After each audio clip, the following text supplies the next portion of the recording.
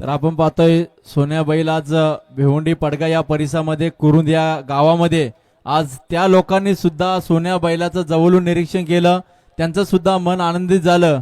आपण पाहू शकता त्या बैलावरच लिहिलेलं आहे 50-50 सोन्या आणि सोनारपाडचा जयेश पाटील यांचं या बैलाने एक मोठं नाव महाराष्ट्रभर गेलंय। आपण पाहतो त्या बैलाची दमदार एंट्री आपण पाहतोय आपल्या मैदानामध्ये।